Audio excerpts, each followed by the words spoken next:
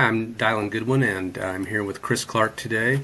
We're on Croquet Network, and we're getting ready to take a look, preview next week's Under 21 WCF World Golf Croquet Championship that will be held in Venice, Florida, at the Sarasota County Croquet Club, one of the few public clubs here in the United States. So Chris has joined me, and we're going to run through a little preview of the event today. So I don't know, Chris, is there anything that you want to start off with in particular?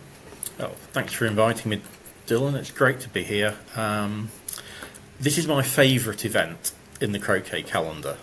It brings together a whole group of youngsters, and in it you always know that there are going to be future world champions. You look back at past events and this is where they start coming through. When you're actually present there, the enthusiasm for the sport is really strong, and that's what I really like about attending these events. Unfortunately, this is the first one I'm going to miss. So great to have it. There is a difference this year. I mentioned beforehand we were looking at the event about future world champions. This is the first time it's ever had the current world champion in it. And isn't that fantastic? Everyone would normally say, oh, well, you've got an under-21 world champion who's won the main Open Worlds, they're going to win. He's actually not the first or second seed. That's how strong this event is. That's a good point. Yes, there's some players in here that do look very good and have been playing a lot lately. So it looks to be very entertaining on paper. And as you mentioned, the last one in New Zealand, that final was just awesome to watch. Epic, I guess. Yeah, I mean, that final, Fawzy got very unlucky with the weather. People who play in the Northern Hemisphere, sort of in England, are used to cold, wet, windy conditions. They're very unusual for the Egyptians. They don't have that experience. And I thought both players played incredibly well, given the fact it was the start of a hurricane. That was a hurricane that went further south in New Zealand and destroyed and decimated areas of arable land and, killed people as well. So, really very good performance from both of those players. Aston, the current world champion, now no longer young enough to play. Fawzy gets another chance, and he's going to try and use that experience to his advantage. Yeah, that's a great point. And mentioning Blake being in it, there's just a number of players at the top of the list here. Like somehow, some way, it looks like we're going to have a really good matchup in the final, probably. So, with that, do you want to take a look at some of the players and records and what they've? Sure. Okay, let me see if I can run the computer here. Okay, so at the top of the list, Jack Good from England. Currently number 1 seed. I think he got up to about world number 5 or 6 before the World Team Championship. Jack basically won everything he played in for the second half of the season in England, and his level of performance was incredibly high. He's now dropped some ranking points. All of our team had poor results going out to Australia, basically in the middle of our winter. So it's not a big surprise. Normally when you go to the opposite end of the world and you're playing out of season, remember these guys won't have played since October. Suddenly turning up in February and trying to find your A game is tough. Hopefully now, our season in the UK probably started a fortnight ago. He's hopefully got a few visits to the club in, and he's definitely a strong contender. Whether he's in mid-season form yet is a big question, though. Very early season. The thing that stands out for me definitely is 469 games in 6 years. That's a lot of experience. Yeah, he's been playing since he's been very young. Equally importantly, I think Jack plays AC and is a very strong player at AC. I think that comes through and it helps GC ability. I've always saying to GC players they should play AC, and likewise AC players should play GC. Their single ball shots, their shooting will get better. So I think that's a really important point. These bicodal players are generally very well balanced. Yeah. Okay. Let's take it the next player on the list. If I can operate my computer.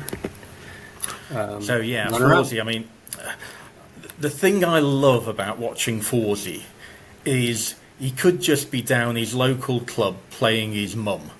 He's so laid back. You never see him stressed. His shoulders are always loose. A beautiful, relaxed style of play. Having been runner-up at the under-21s, he then went on and produced this phenomenal performance in the Egyptian Open. So anybody who can win the Egyptian Open is one of the best players in the world. That's just black and white. So my question regarding Fawzy is how well he handles the different conditions. The Egyptians always play better in Cairo than they do outside. Having said that, the current World Team Championship that we've just had in February, the Egyptian team as a whole played better than I've ever seen them play before outside Egypt.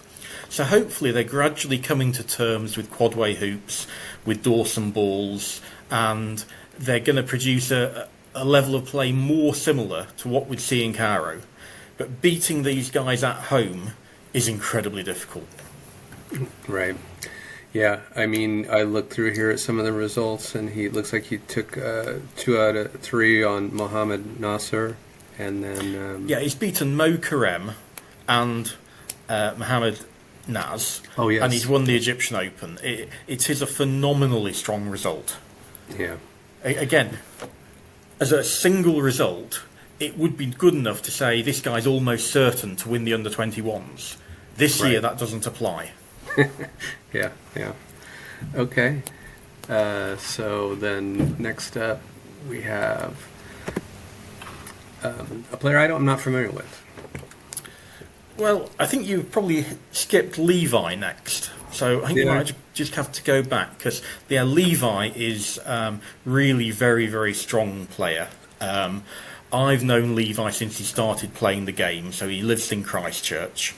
A member of the Kashmir Club, along with a group of very strong youngsters that are not only good players, but they do fantastic publicity for the game. I think 2 of them produced a video that got over 3 million views on TikTok during the Worlds. So they do a great amount of good for the game. Since he started, Levi was always one of the best tactical players as a youngster. Over the past couple of years, he's gradually kept improving and has now clearly made himself the top of that group of youngsters. He played in the world teams and he played very, very respectably. It was a solid performance. You'll see here beating Ben Rothman. We all know Ben, past world champion at the Open. And he's beaten Greg Fletcher as well. So, these are strong results. Aston Wade, the current under-21 world champion. These are fantastic results. So Levi is going to be in there challenging. He won't have an issue with the hoops. I think he's got a good chance. It's the end of the New Zealand season, so he's still sort of in form. So he's probably in a slightly better practice facility regime compared to Jack. So I think Levi's got a good chance in this. Yeah, I mean, you look at the World Team Championship, and he faced a tough lineup there, Tom Balding, Rothman, and Fletcher, and got 2 out of 3 of those matches. So, not bad. All right, let me see now if I'm in the right place. Yes, okay. One of the most interesting players in the event. Of the players in here who aren't top 4 seeds, I think Eduardo is the most frightening as a good player. He's the one you want to avoid in your quarter of the draw. He's very young still. He's only about 18, 19. And he's a big guy, masses of power. The one question mark I have about him is temperament. He tends to get quite annoyed with himself when he makes the odd bad shot, and then he might slip down in performance level for a few minutes. He hits an enormous number of good shots and can be very, very scary. So, one I want to avoid. I don't think he's consistent enough at the moment to be a likely winner. But he is a danger to any of the top seeds. He might knock any of them out. Yeah, you said he's big. He's a tall player then? Yeah, he's quite a big guy. So yeah, well grown, tall, well built. He's got oodles of power, and yeah, when he starts playing well, it's genuinely scary. Yeah, sort of an aside, I guess a question. Do you feel that taller players, that it is a bit of an advantage with the physics of swinging a mallet and the pendulum effect? Yes. So one of the things we see, if you look at shots like jump shots, is that height is an advantage. For ladies to play, so even for smaller men, so let's say Stephen Mulliner has to change grip from Irish to Solomon to play some of his jump shots, whereas someone who's like Reg, 6'3", he can maintain his normal grip. All he has to do is move his feet a few inches forward and he just plays it in his normal technique. Now that's a big advantage. So that height advantage, and to be honest, someone like me who's overweight, that weight advantage is a big advantage to playing certain shots, particularly where you're hitting down on the ball and trying to jump. Yeah, I switched to Solomon on jumps now too, from standard. Yeah. So I'm not tall. Okay. I mean, technique is still the number one thing. Yeah.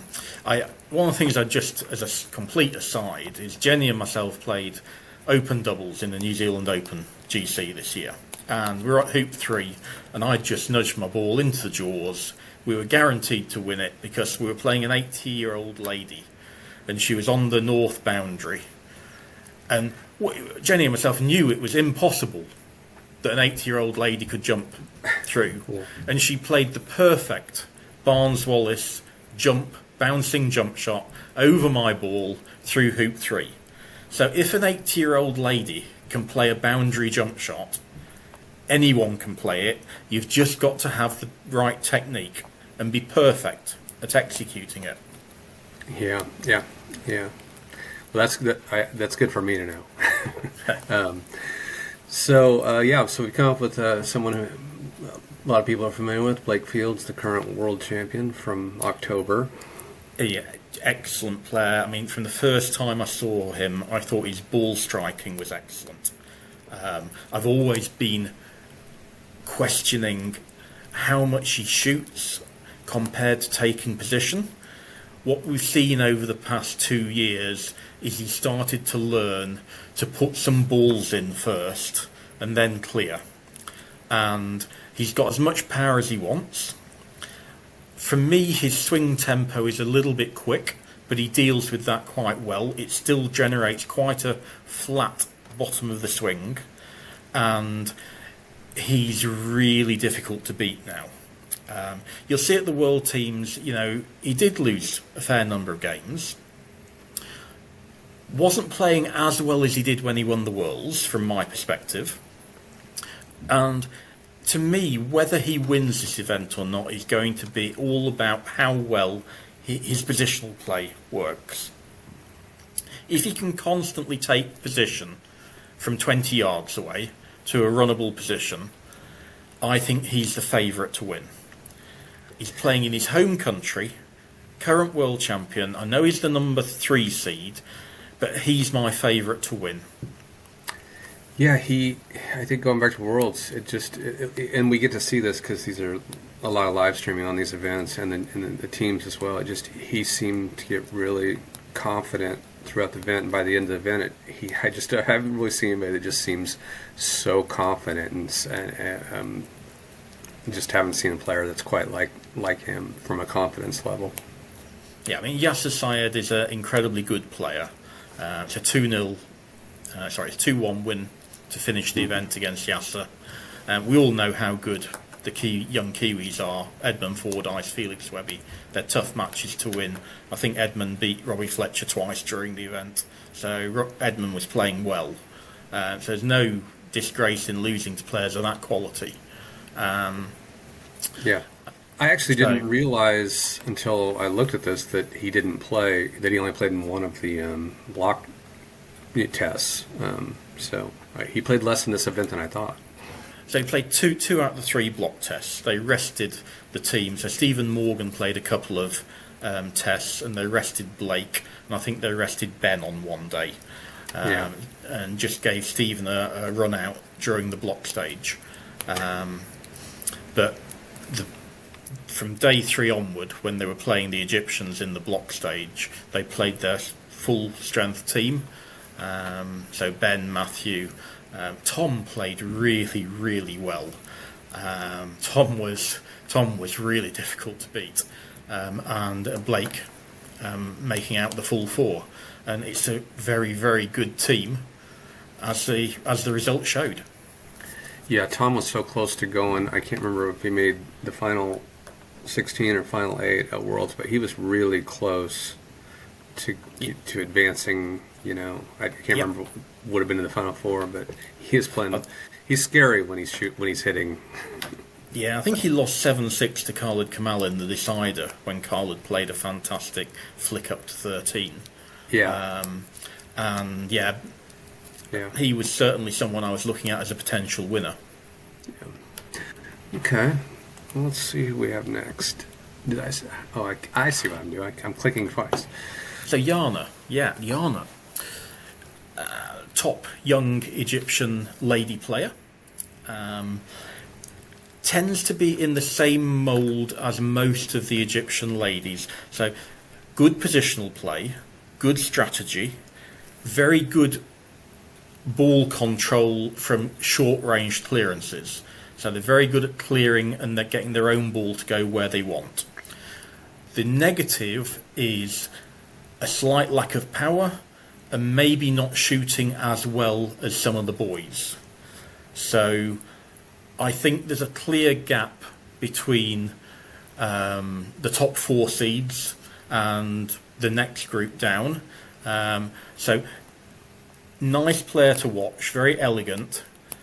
I think she'll struggle to beat one of the top 4. Okay. Yeah, it's interesting how you've mentioned power, and it just feels like in certainly the last World Championship and going back, that power has become a big part of the top tier of GC. Of course, the Egyptians always played a power game, but then it seemed to be like, Reg Bamford was winning. It was more of a balanced game, but all of a sudden, power is really coming into play. Yeah, Reg had loads of power when he wanted to do it. What we found with Reg is he plays the right shot at the right time, and sometimes you see players like Ahmed Naz who are pure power players, and they're clearing in lawn, and they go full pelt at it when their other ball isn't in front. And when you're shooting in lawn on a corner hoop, and you're just trying to clear the ball to get back to neutrality, you need to clear that at mid-pace. And Reg was very good at clearing at mid-pace, and so was Ben. That was Ben's big thing.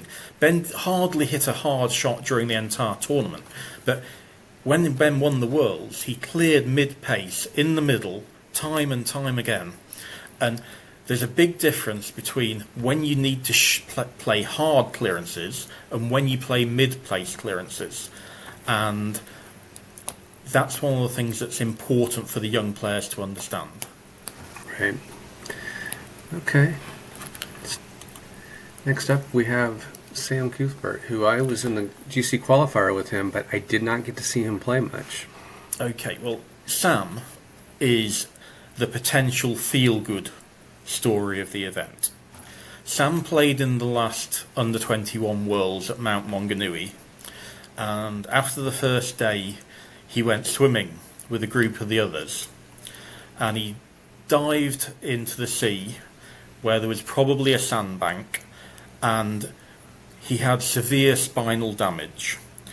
Blake Fields effectively saved his life by dragging him out of the water, got him on a surfboard, and he was helicoptered to the hospital, and he was in hospital then for probably 4 months with severe spinal injuries, unable to walk, and there was a big question of whether he would ever walk again.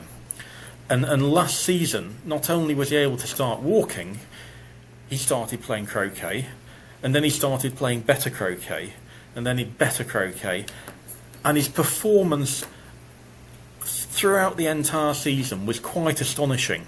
He still isn't fully recovered from his injury, but he carved his way through the qualifier at the World Championships, and then almost qualified for the knockout. Yeah. And he's won our second invitation event in the UK. That's a strong event, so he's constantly improving. I'm hoping over time he will be fully physically recovered. In the meantime, what he's managed to achieve so far is astonishing.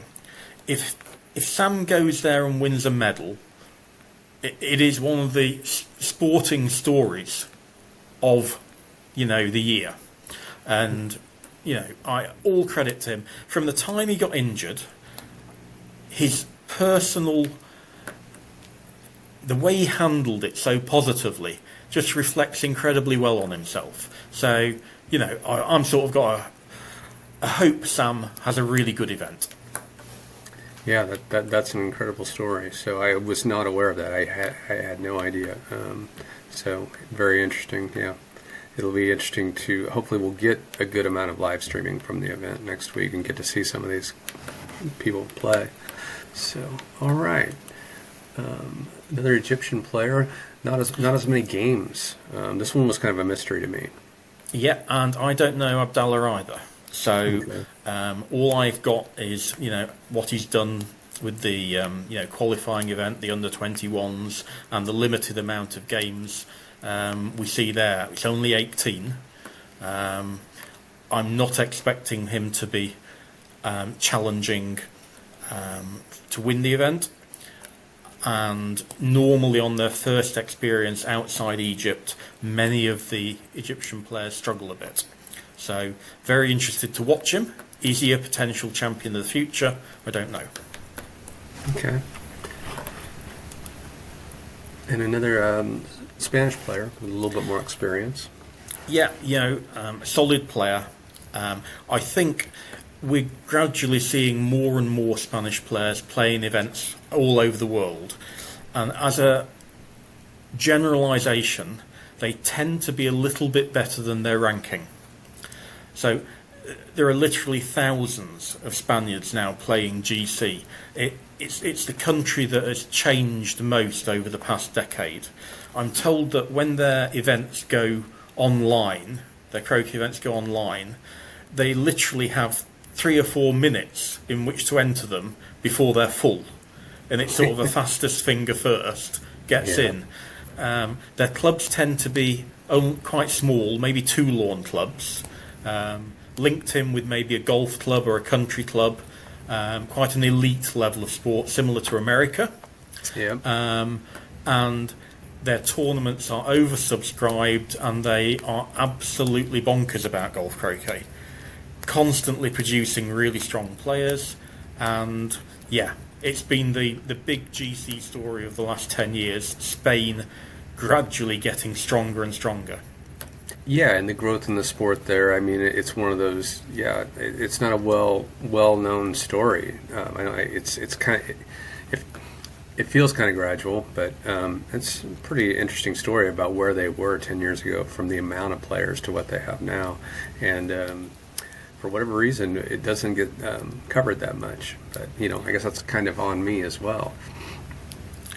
I mean, they sent out a team of 4 to the World Teams, the Open Shore, that was nowhere near their strongest team.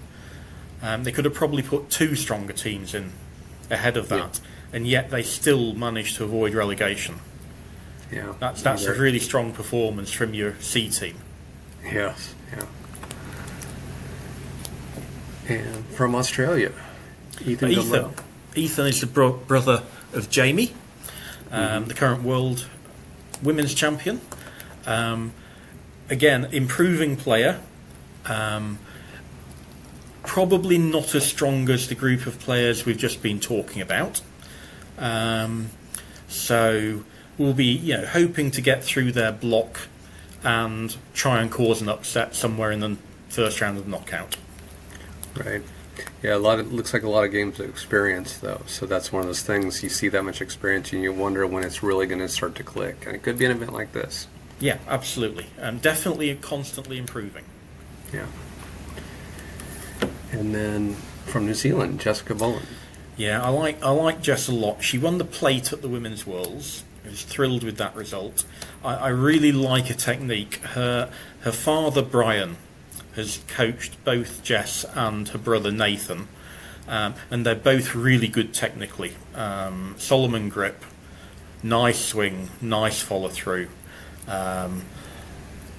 Played poorly in the Women's Invitation when I watched her play. She played Jenny and she was completely off her game. But prior to that, really strong results in the Under-21 New Zealand Championships, beating the boys. I think she'll, again, not very likely to beat any of the top 4 seeds, but, she's going to be hoping to make the knockout and cause an upset. Okay, very good. So this is all the players that we have that are above 2,000 grade. Because I didn't get the graphic right, I can't show the rest of what do we have, the ranking places and then the member places. Is there anyone outside of this group that we've talked about that you'd like to comment on? I think the one thing that's worth mentioning is the Czech and Latvian players. I've been particularly impressed with some of the adult Czech players. I don't know very much about the youngsters they're sending over, but we spoke about Spain being the story of the last decade. I'm looking for the next 10, 20 years, and I think it's the Czechs and the Latvians who are the next potential countries to come through and join the stronger countries of golf croquet in the world. They're both increasing the amount of people who play, and I think that's one of the most interesting areas for development. Both European countries, they can play within Europe without having to go that far. It's certainly a much smaller journey than Perth to the east coast of Australia. So there are opportunities for them to play. You can get on a plane in Europe and for about 30, 40 euros you can get to England. So there are opportunities for them to play. They're constantly getting stronger, and the Czechs and Latvians really something to look for over the next 10, 20 years. Right. Well, that sounds interesting. Yeah, I really don't know much about that area and GC there, so that is interesting. I want to mention a few players because I ran into these guys in Tulsa last Labor Day weekend in September, and Asher Scantlin, Luca Netherland, these are all U.S. players, and Nehemiah Frederick, who is a replacement player who I think is carrying like a 1200-ish max DG. I split with Asher 7-6 and 7-6. Luca beat me in the semifinals. These guys are their grade is well under. They're in the 1900 range. So I'll be watching those guys to see what they do. And the Nehemiah, he was my first game, and he hit a double jump from I can't remember 6-7 yards, and I was like, who is this? And I did everything I could to get out of that game at 7-6. So they played with the Oklahoma Wesleyan college team, which has won some national championships. So I think, along with Lane Wyatt, who I didn't get to see much at that event, I assume they've been playing quite a bit, and I know I've seen them on the circuit around playing. So I'll be interested to see if their preparation, if they can make some noise in the event. Yeah, what you often find looking at the youngsters in the lower half of the field is that they're physically very talented. So they hit the ball quite straight. They're able to pull off spectacular shots. But the sort of the bread and butter stuff, the taking position, the constantly hitting in the middle at 3 and 4 yards, that's the areas that sort of let them down. And equally, they tend to clear too often. Yeah. So I will say, I got embarrassed. I mean, Luca, he had only been playing about a year. He said a little over a year. He beat me in the semifinals. Asher, I don't know how long he's been playing. I think he's been playing a little bit longer, but he outfoxed me on a hoop 2 situation where he was in the jaws, and I was going to promote myself to hoop 3, and I wasn't paying attention while he got in a place to go ahead and score his partner ball through 2 and get over to hoop 3. And I'm like, I felt like, so I was like, I had to tell their coach, both of these guys tactically beat me at certain times during the game. So, but we will see, it's the experience. But anyway, yes. Is there any other players or comments, thoughts that you have on the event? Well, I just probably ought to mention a couple of interesting ones from New Zealand. Callan McKinnon is a bicodal player, again constantly improving, probably better than 1950. And Matty Clarkson, just to let everyone know, Matty's actually a girl. She's female, and she's again one of our improving lady players in New Zealand. Up from Auckland, so be interesting to see how she gets on. Callum's probably the best, probably a bit better than Luke of the Kiwis of the lower group. And from England we've got Declan playing now. Declan's from Nottingham and playing in his first major event. Really be fantastic to see how he does. Any wins are great, but it's an experience thing for him. So it should be a fantastic event. I'm expecting some really good quarterfinals, never mind the final. The semis will be fantastic, but I think we'll get some fascinating quarterfinals as well, where these top 4 seeds are going to have some real challenges. People like Eduardo Nunez, Sam Cuthbert, Jana, they're really going to be challenging them in that quarterfinal, and whoever plays in the semis, it's going to be a fantastic couple of matches.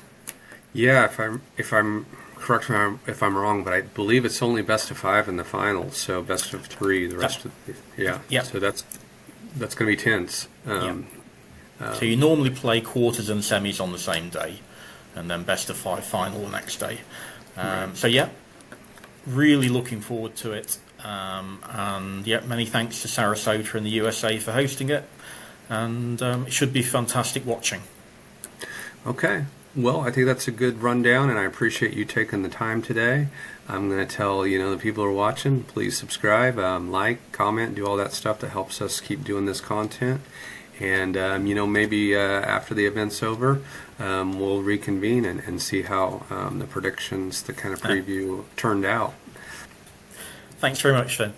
Much appreciated. Thank you.